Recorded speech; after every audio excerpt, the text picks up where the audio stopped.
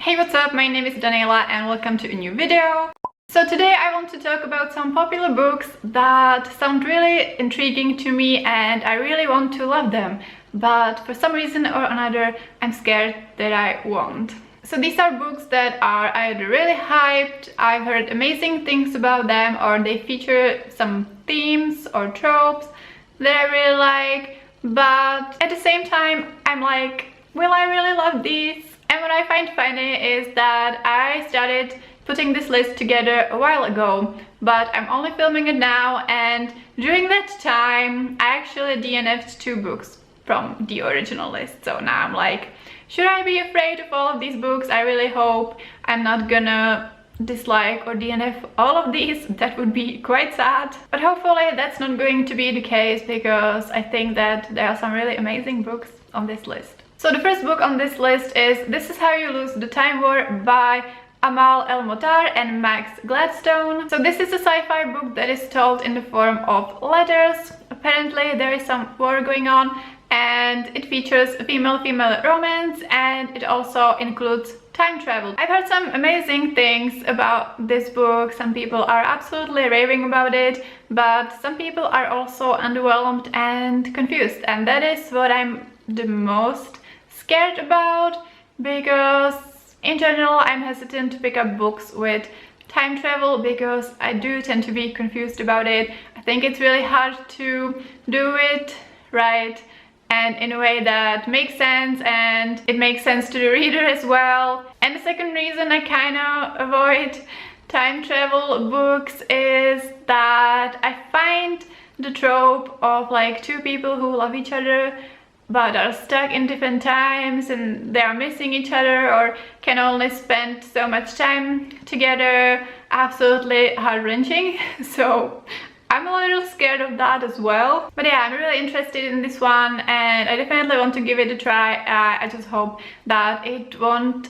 confuse the hell out of me. The second book on this list is the only book I own in physical form, and it's Loveless by Alice Oseman. This is a book I was really highly anticipating. I mean, it's been out now for some time, but this is a young adult contemporary about a girl named Georgia, and she's asexual, aromantic, and she's figuring all of this out while starting university. So I read the first volume of Heartstopper by Alice Oseman, which I gave 5 stars.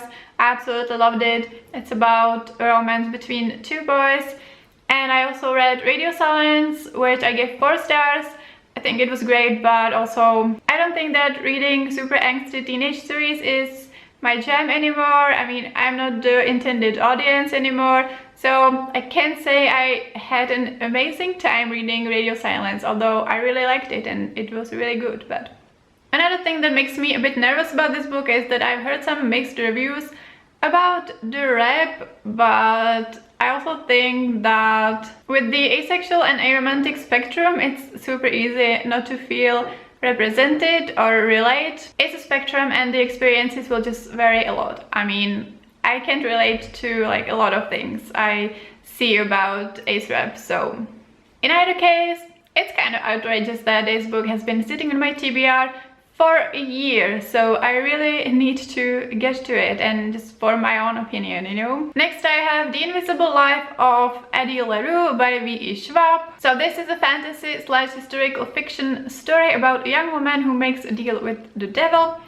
and she turns immortal, but the catch is that no one remembers her once she leaves their side. But then there's someone who remembers her. Although I really love V.E. Schwab's writing, I usually don't get on very well with her stories and characters. But when I heard about this book and heard the positive reviews, I felt like this is going to be the book that I'm going to love by her. But with the time passing, I'm less and less sure. So the trope of people forgetting someone or something like that, I don't know how I feel about it, because it's like one of my worst nightmares. But this book is also queer and so many people love it, so I would really like to love it too, but I'm really not sure if I would. So I don't know, is this going to be too heartbreaking? Is it worth it? But it's also queer and so many people love it, so yeah, I'm a bit torn. Then we have Well Played by Jen DeLuca. So this is the second book in a loose series of contemporary adult romances. The first book being Well Met by Jen DeLuca. So, I mean, obviously it's also by the same author, what? So I absolutely love this book. It features a small town and a Renaissance fair. I enjoy reading about small towns. I wasn't sure what I would think about Renaissance fair because I'm not a part of that community or anything, but it was really fun and the romance was, yeah, really good. But the reason I'm a little bit scared about the second book is that it follows this woman that was also in the first book. She was part of the Renaissance fair group and she was kind of bland in the first book, you know, like maybe the author just didn't give her enough time for us to get to know her, but yeah, she definitely wasn't someone I would be like, yeah, I really want a whole book about her. And also I kind of read about the love interest and I wasn't intrigued by him either, so this could go either way, but right now I'm not as excited for it as I was for the first book, so we'll see. Then we have My Dark Vanessa by Kate Elizabeth Russell. So this is adult fiction and we follow a woman who, when she was 15, she had a relationship with a much older teacher, and at that time she thought it was consensual, but right now other cases of women with similar experiences are coming to the surface and she kind of has to come to terms or just realize what was actually happening at the time. The reason I'm hesitant to pick this book up is because I think it would be a really hard-hitting and dark reading experience given the topic. Most people say that it's really beautifully written and a really powerful story, but some people also say that it's not really worth it. So yeah, I don't know what to think about it, but I think that I will eventually give it a try and see. Next we have The Starless Sea by Erin Morgenstern. So I've been meaning to read The Night Circus for the longest time, but I still haven't, and since then, the author released a new book and boy, does it get mixed reviews. So it's a fantasy story about a boy that is in some library and he finds a book that is about his life or something like that. And people have been saying really mixed things about it.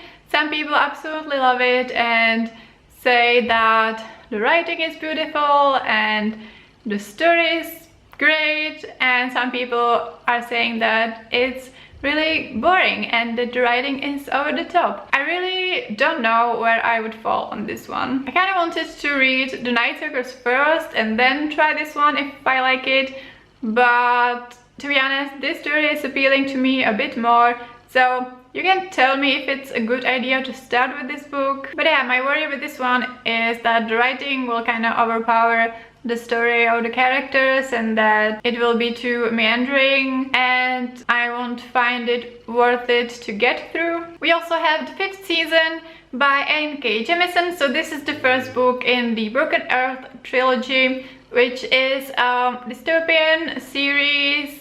I don't know much about the plot, but it's diverse. It's one of the modern classics of the genre, I would say. A lot of people love it and I would really like to love it too. But I'm also intimidated because like fantasy or dystopian isn't one of my main genres, and from what I've heard, I got a feeling that the world building could be a little bit hard to understand. So yeah, I'm a bit scared. I also worry that it might be too dark for me. I mean, it's post-apocalyptic, so I don't like when there are just horrible things happening all the time, you know, and the characters just suffer with no hope. I don't know if this applies to this book, but I really hope I will click with it. Next, I have a book that by this point it's kind of becoming a personal joke because I just keep not reading it or not finishing it, and that's The Long Way to a Small Angry Planet by Becky Chambers. So my history with this book is that a year ago, 2 years ago, I bought it from the library and I read the first 2 chapters or 3 chapters, something like that, and I really liked what I read. So this is a sci-fi series.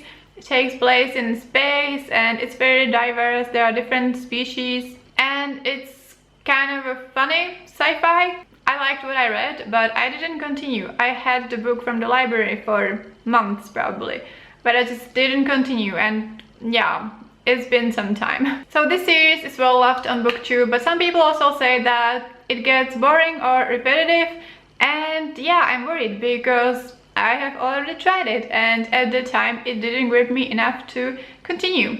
But still, I keep hearing great things about it and I would really love to give it another try. I think my library still has it, hopefully. So yeah, I just need to try again. Then from a different genre and time, I have Mansfield Park by Jane Austen. So I'm currently making my way through all of Jane Austen's novels. I'm currently reading Emma, and although I'm really enjoying it, it's slow, it's a classic, and I've been reading it for weeks or months probably by this point. And I just heard that Mansfield Park isn't necessarily that good, or it's just generally one of the least favorite books by Jane Austen. So yeah, I worry that I will pick a book by her that's just not that entertaining, and I'm going to slog through it. So far I really enjoyed all of the books I read, but they were also the more popular.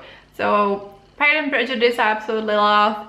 Then Persuasion I read years ago and liked it as well. Sense and Sensibility wasn't as great as Pride and Prejudice, but I also read it for a readathon, so I flew through it and I also liked it. But will I like this one? I don't know. And the last book on this list is Night House by Leigh Bardugo. So this is an adult book, I think, and it's about a secret society at Yale. And to be honest, that's one of the main reasons I'm interested in it, because like I'm a huge Gilmore Girls fan, so everything that takes place at Yale or is about Yale, yeah, that piqued my interest. I think it has some fantastical or horror element. Apparently there are some hard-hitting themes, so I'm really not sure if it's going to be worth it. My interest in that book is kind of based on questionable reasons. But a lot of people love it. A lot of people don't love it. So yeah, you can see my dilemma. So yeah, these are some of the books I really want to love, but I'm scared I won't. Definitely let me know if you read any of these and what you thought. And let me know what is a book you are hesitant to pick up because you don't want to be disappointed. Like this video if you enjoyed it and subscribe to my channel if you want to see more. But yeah, thank you so much for watching and I will see you next time. Bye!